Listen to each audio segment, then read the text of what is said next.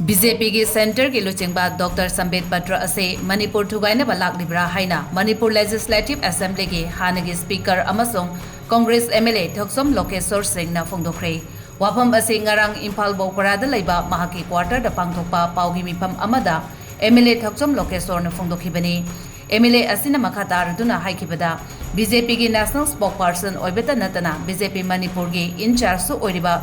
doctor Sambit पत्र असे करी तौबा लाक्लिबनो महाकना तसेंगना मणिपुर बु नुक्सिबा मणिपुर की दमक खनबिबा ओइरगदी बीजेपी की एमएलए सिंगना पामद्रिबा एन बिरेन रिजाइन तौख्रबा मतुंगदा मखोइना यानबा मियोय अमा पुथोकलगा कॉन्स्टिट्यूशन के चना कांगलोन काइदना असेंबली फमनद्रिबा करिगिनो यानदबा लैरिबा खुदिंगमक पार्टी असिगे सेंटर की लुचिंगबा सिंगना हाइबनी हाइना नमदुना स्टेट असिगे इंटरेस्टा सेशन पांगथोक हनबा ngamdriba asi karigino mahakna handak state asida hek lakpadagi karimata phongdoktana leiri karigumba hojik state asida president rule natraga suspended animation laktuna pamdaba thodok wathok sing thoglakpa taragadi BJP amasong masida saugatliba party singna teksa punamak pugadabani haiki amukta thoktriba thodongni prithibid haibatai india haibatai session kauruba nongta walingi timing da phamiba session se लाले हाइदना खंगहौनो Kathak पाइबसे मसिबु Karamba state Karamba लाइबाक चन्नब लेगे yes मागी नतै जादबना मरम होइदना लाइबाक वांग ngakpa ngamdre हाइदना मरम होइदना ai फन थादोक जरे हाइबल लेरगदी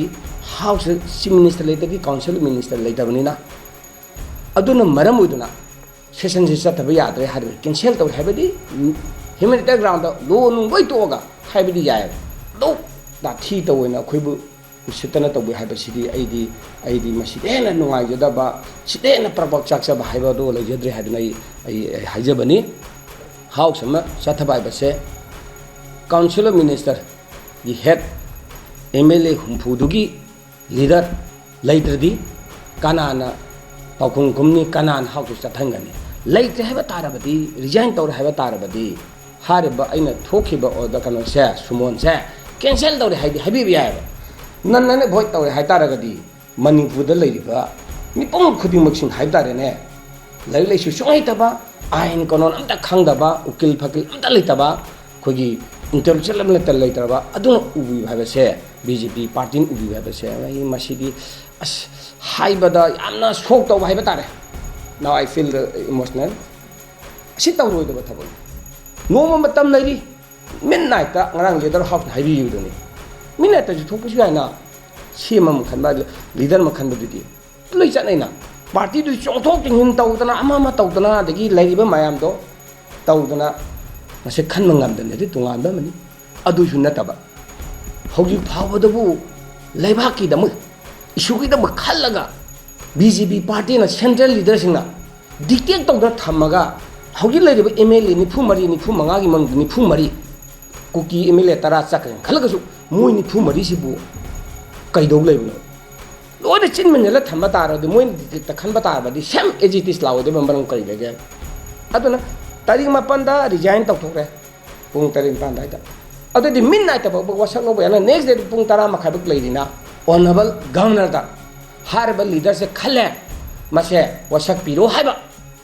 तौगिबे लेरबदा अदु मियाम दे सिंगुबम थोक्राव करिगुंबा मजि अमता लेतबा तारबदी सेंटर मोइन कोसिरसि तौरे तौगा तारबदी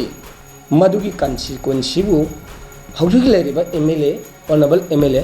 इंक्लूडिंग ऑनरेबल एक्टिंग सीएम थारगत निफु मरिसना दायित्व लौदु मनंग करि लेगे इंक्लूडिंग 10 एमएलएस खुदक्ता इशूसिन मरमरगा हारबे सेशन फमदे देखो हैना कॉन्स्टिट्यूशन सु भाइलो तौदनाबा प्रजा म्यांग अवाबदो कोंगनाबना हाइदोना खुदक्ता मखोइन पुनमक खले हरगा अखोई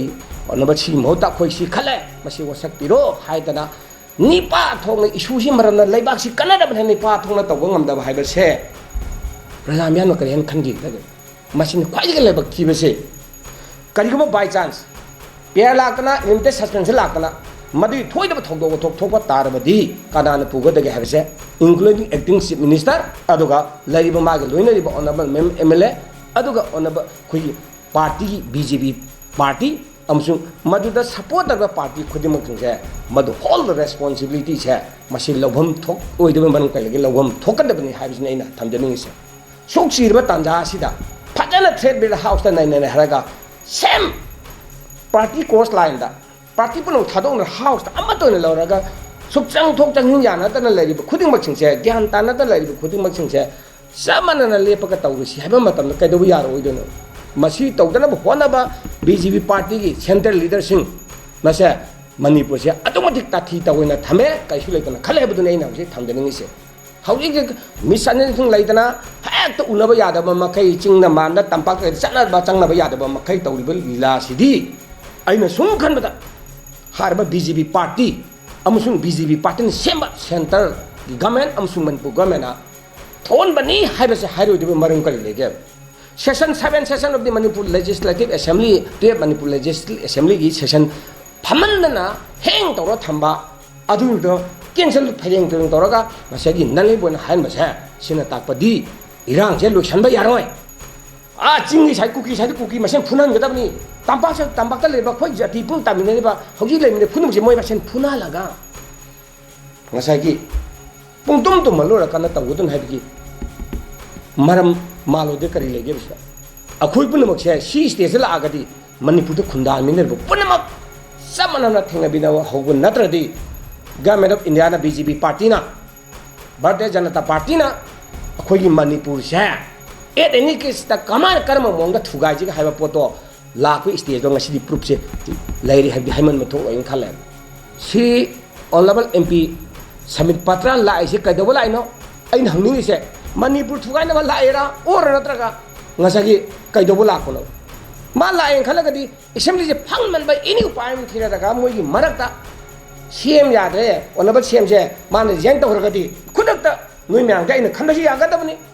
हाइदना हाइरगा खुदकता तौरगा सेशन फमंदब तो करिगिनो अदुन ताकदी मा लाइसे सेशन फमंदननबा इशू से खनदननबा मिसअंडरस्टैंडिंग थोट बेसांग हेना कमान हेंगलंग जाबिगी मोंग नत्रब लाइसे हौजी बौता माना सी हायना प्रेस मेना तानबिरंगनी पाकुमम तो कुमम कईब प्रेसिडेंट रू लाप तारबदी नत्रगा इन्वेस्टर सन्फेंस लाप तारबदी मदु होल टेक्चाक से बीजेपी पार्टी अमसुंग बीजेपी पार्टी की जमीनरबा मदु ऑनरेबल एमएलए मदु पार्टी सिंगो मदु पुगदमने प्रजा म्याम हाइनसिदी आइदि चुमेंग खाले अदुगी मतकता कनाम चंगथोक जिंग तौद्रेबा कॉन्स्टिट्यूशनल क्राइसिस लेइद्रेबा मरम सुंगलै लेतना लोन उदर लाप ngमदबगिनी हाइना करिगुंबा सस्पेंड कनो इलिमिटेड सस्पेंशन नत्रगा पिया थम ताबि ngलिगदे थम्बिबा याइना डे 1 दगी प्रेसिडेंट की ऑनरेबल प्रेसिडेंट की वागी स्पीच ता पार्लियामेंट ता अदुक साबा वर्ड लिसिंग मागा समरी के संखरे ngangbdo दा सिंगल ले वर्ड अमत है याउदबना ताकुदुदी मदुगी ब्रीफ से कनाना गवर्नमेंट सेंट्रल गवर्नमेंट पीरिने सेमेदे म सारा सी हायु थोखिबा थोदो हौजिक जकदबा थोदो लाकदबा थोदो पुनबक्सिंसे मदु हायवन इरगा कैबिनेट तौर पीरिने अदुना ताकपदी मणिपुर से करिसु लेते हाबी खुदम दो हौजी फंगब नत्रा अदुना अइना अरोबदा हाइजेनिंग बसे मणिपुर लेबा शेसो खुदिमक सी स्टेज लागदी मसे अदुना अदु अदाना हाबी महुता कोई पुनमक तासल प्रजा पुनमक तासल हरगना हारबा बीजेपी पार्टी अमसुंग बीजेपी गवर्नमेंट से मसे अमोन मसे लैंडर होनबदा कोई अदुमतिक दरकार लेदे हायहन जनिंगे तौनिंगे मणिपुर दा लरिबा भलेस भलंकर नाम से करी स्टेजेस थमजिगे हाइदन हाउस दा रिजोल्यूशन लौजेना खोनजरिबा मयाम से अरेम ताहनबा अमसु हौजि रिलीफ कैम्प दा लेजरिबा इंटरनली डिस्प्लेस पर्सन्स खुदिमसिंग से कर्म मतन तो हंजलन से करी रिजोल्यूशन लौर करी